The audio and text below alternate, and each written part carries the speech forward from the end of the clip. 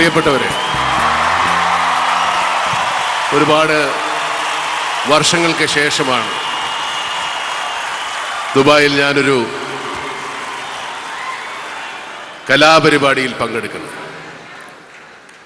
1999 ഞാൻ അവസാനമായി ഒരു പൊതുപരിപാടി ദുബായിൽ പങ്കെടുക്കുന്നു. ഇത് സാധാരണ കലാപരിപാടികളല്ല, സാധാരണ സ്റ്റേജ് ഷോ അല്ല. ഇത് അതിൽ നിന്നെല്ലാം വളരെ വ്യത്യസ്തമായ ഒരു സങ്കല്പമാണ് ഈ പരിപാടിക്കുള്ളത്. ഇത് സംഘടിപ്പിച്ചിരിക്കുന്നത് ബെസ്റ്റ് ആക്ടർ എന്ന് പറയുന്ന ഏഷ്യാനെറ്റിലെ ഒരു പുതിയ കലാകാരന്മാരെ തിരഞ്ഞെടുക്കാൻ വേണ്ടിയുള്ള പരിപാടിയുടെ പരിസമാപ്തിയായിട്ടാണ്.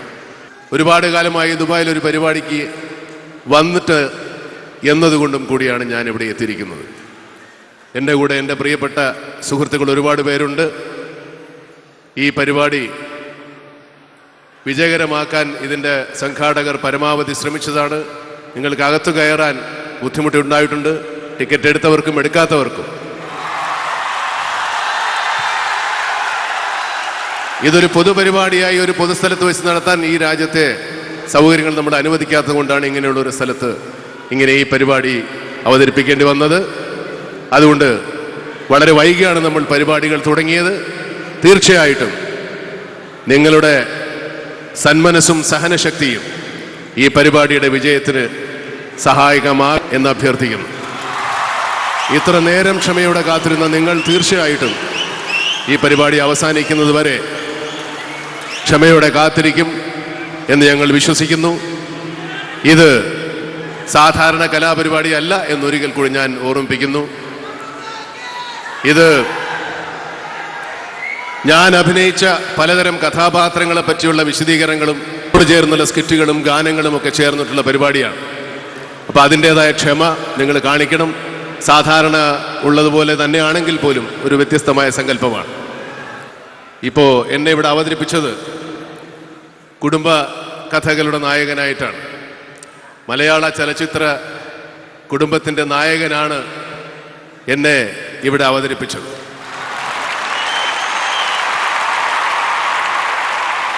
ശ്രീ ഇന്നസെന്റും ഞാനും വളരെ കാലത്തെ പരിചയമുള്ള ആളുകളാണ്. സിനിമയിൽ ഞാൻ വന്നതിന് ശേഷമാണ് അദ്ദേഹം തിരക്കുള്ള നടനായതെങ്കിലും വളരെ കാലം മുമ്പേ സിനിമയിൽ അഭിനയിക്കാനും ഒരു ചലച്ചിത്ര നടനായി തീരുവാനുമുള്ള ഒരുപാട് അദ്ദേഹത്തിൻ്റെ മോഹം വളരെ വൈകിയാണ് പൂവണിഞ്ഞതെങ്കിലും ഇപ്പോൾ നിങ്ങൾക്കും ഞങ്ങൾക്കും പ്രിയങ്കരനായ ഈ ജ്യേഷ്ഠ സഹോദരനെ നിങ്ങൾ എന്നെ ഇവിടെ നിങ്ങളുടെ മുമ്പിൽ അവതരിപ്പിച്ചിരിക്കുകയാണ്.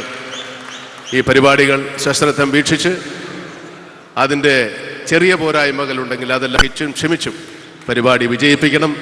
ഒരുപാട് കാലം കൂടെ ഞാൻ ദുബായിൽ വരികയാണ്. ഈ പരിപാടി വിജയിക്കുകയാണെങ്കിൽ അതിൻ്റെ ക്രെഡിറ്റ് നിങ്ങൾക്കാണ്.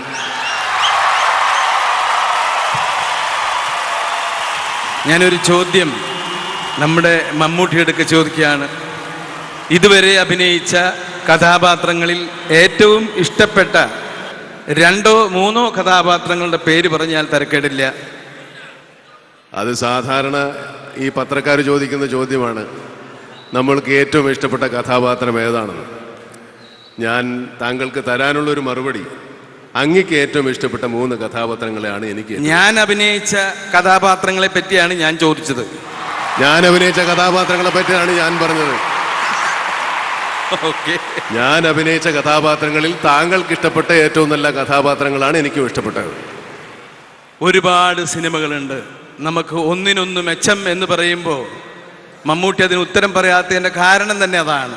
പല സിനിമകളിലും നമ്മൾ അദ്ദേഹത്തെ കണ്ടിട്ടുണ്ട്, ഇതാണ് നല്ലത് അതാണ് നല്ലത് എന്ന് പറയാൻ പറ്റില്ല. പക്ഷേ മനസ്സിൽ ഓമനിച്ച ഏതെങ്കിലും കഥാപാത്രങ്ങൾ ഉണ്ടാവാം, വേണമെങ്കിൽ പറയാം, അല്ലെങ്കിൽ മനസ്സിൽ. നിങ്ങൾ നമ്മുടെ അച്ഛനും മോനുമായിട്ട് അഭിനയിച്ച വേഷം തന്നെ ഒരു നല്ല കഥാപാത്രമാണ്. തീർച്ചയായിട്ടും വേഷം എന്ന് പറയുന്ന സിനിമയിൽ ഒരു നല്ല കഥാപാത്രം, അത് കേൾക്കാൻ വേണ്ടിയാണ് ഞാൻ ഇരുന്നത്. കാരണം ഞാനും കൂടെ ആ സിനിമയിലുണ്ടല്ലോ. അതിനോട് ഒരു ചോദ്യം കൂടി, പഴശ്ശി രാജാവിനെ കുറിച്ച് എന്താണ് ഇന്നസെന്റ് ഏട്ടന് പറയാനുള്ളത്? പഴശ്ശിരാജ. പഴശ്ശിരാജ എന്ന് പറയുന്ന സിനിമ ഇവിടെ റിലീസ് ചെയ്തിട്ടില്ല. തീർത്തും കേരളത്തിൽ അങ്ങോളം ഇങ്ങോളം അലയടിച്ച് വളരെയധികം ആളുകൾ കാണുകയും ഇനി ഒരുപാട് ദിവസങ്ങൾ കളിക്കാൻ പോകുന്നൊരു സിനിമയാണ്. അദ്ദേഹം ചരിത്ര പുരുഷനായിട്ട് അഭിനയിച്ച ആ ഒരു വലിയ നടൻ്റെ എല്ലാ കഴിവുകളും അദ്ദേഹം ആ സിനിമയിൽ കാണിച്ചിട്ടുണ്ട്.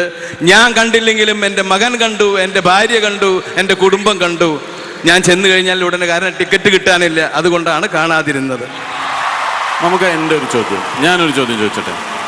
ഇന്നസെൻ്റ് ഇതുവരെ അഭിനയിച്ചതിൽ ഏറ്റവും ഇഷ്ടപ്പെട്ട കഥാപാത്രം ഒരുപാട് പേരോട് ചോദിച്ചിട്ടുള്ള ചോദ്യമാണ്. ഞാൻ മമ്മൂക്കടുത്ത് ചോദിക്കുന്നത്, മമ്മൂക്ക ഇതുവരെ അവതരിപ്പിച്ച കഥാപാത്രങ്ങളിൽ ഇനിയും എനിക്ക് കുറെ കൂടെ നന്നായി ഒരിക്കൽ കൂടി അവതരിപ്പിക്കണമെന്ന് തോന്നിയിട്ടുള്ള ഏതെങ്കിലും കഥാപാത്രങ്ങളുണ്ടോ? ഒരിക്കൽ കൂടി അവതരിപ്പിക്കാൻ ഇനി കാലമില്ല. ഞാൻ അഭിനയിച്ച എല്ലാ സിനിമകളും ഇനിയും നന്നായിട്ട് അഭിനയിച്ചാൽ കൊള്ളാമെന്ന് എനിക്ക് ആഗ്രഹമുണ്ട്. ഇനി ഒരു 10-30 വർഷം വരെ എന്നെ സഹിക്കുമോ? Very well said, very well said. സിദ്ദിഖെ, നമ്മൾ വിചാരിച്ച വഴിയിൽ ഇദ്ദേഹം വരുന്നില്ല, നമുക്ക് പിരിയാം. അതിനു മുമ്പ് അവസാനമായിട്ട് ഒരു ചോദ്യം കൂടെ. ഈ സിദ്ദിഖിന്റെ ഈ താടിയും മീശയും കുറിച്ച് എന്താണ് അഭിപ്രായം എന്ന് ഇന്നസെന്റ് ഏട്ടൻ ഒരു വാക്ക് പറയണം. ഞാനൊന്നും പറയുന്നില്ല, കാരണം വല്ല നേരം പോക്കിനും എന്തെങ്കിലും പറഞ്ഞാൽ ചിലപ്പോൾ നിങ്ങൾ ചിരിച്ചു എന്ന് വരും. പക്ഷെ നാട്ടിൽ ചെന്നാൽ ഇയാൾ എനിക്ക് പ്രായമായി വരികയാണ്, എനിക്ക് അതുകൊണ്ടല്ല ഇന്നസെന്റ് ഏട്ടൻ അതിനെപ്പറ്റി ഒരു അഭിപ്രായം പറയാത്തത്. ഇന്നസെന്റ് ഏട്ടന് താടിയില്ല, മീശയില്ല, പിന്നെ എങ്ങനെയാ പറയുന്നത്? എനിക്കിത് രണ്ടും ചേർന്ന് എൻ്റെ ഉണ്ട്. അല്ല, ഇത് ഏത് ചിത്രത്തിന് വേണ്ടിയാണെന്ന് സിദ്ദിഖിനൊന്ന് പറയാം. മമ്മൂക്കയുടെ കൂടെ അഭിനയിക്കുന്ന ചട്ടമ്പി നാട് എന്ന സിനിമയ്ക്ക് വേണ്ടി ഈ മീശയൊക്കെ പിരിച്ച് കയറ്റി വെച്ചിരിക്കുന്നത് അവസാനം മമ്മൂക്കയുടെ അടി കൊള്ളാൻ വേണ്ടി മാത്രമാണ്. ഓക്കെ, അപ്പോ മമ്മൂക്ക സൂചിപ്പിച്ചതുപോലെ തികച്ചും എന്റർടൈനിങ് ആയിട്ടുള്ള കുറേയേറെ നിമിഷങ്ങളാണ് നിങ്ങളുടെ മുമ്പിൽ അരങ്ങേറാൻ പോകുന്നത്. അതിൽ സ്കിറ്റ്സ് ഉണ്ട്, ഡാൻസസ് ഉണ്ട്, സോങ്സ് ഉണ്ട്.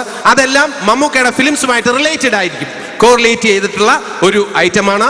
ഈ വിരുന്നിൽ എല്ലാവരും നിങ്ങളുടെ മനസ്സുകൊണ്ട് പങ്കെടുക്കുക, അതിന് വേണ്ട ആശീർവാദങ്ങൾ നൽകുക, അംഗീകാരങ്ങൾ നൽകുക. Thank you very much. വീണ്ടും കാണാം. നമ്മുടെ സ്വന്തം മമ്മൂക്ക.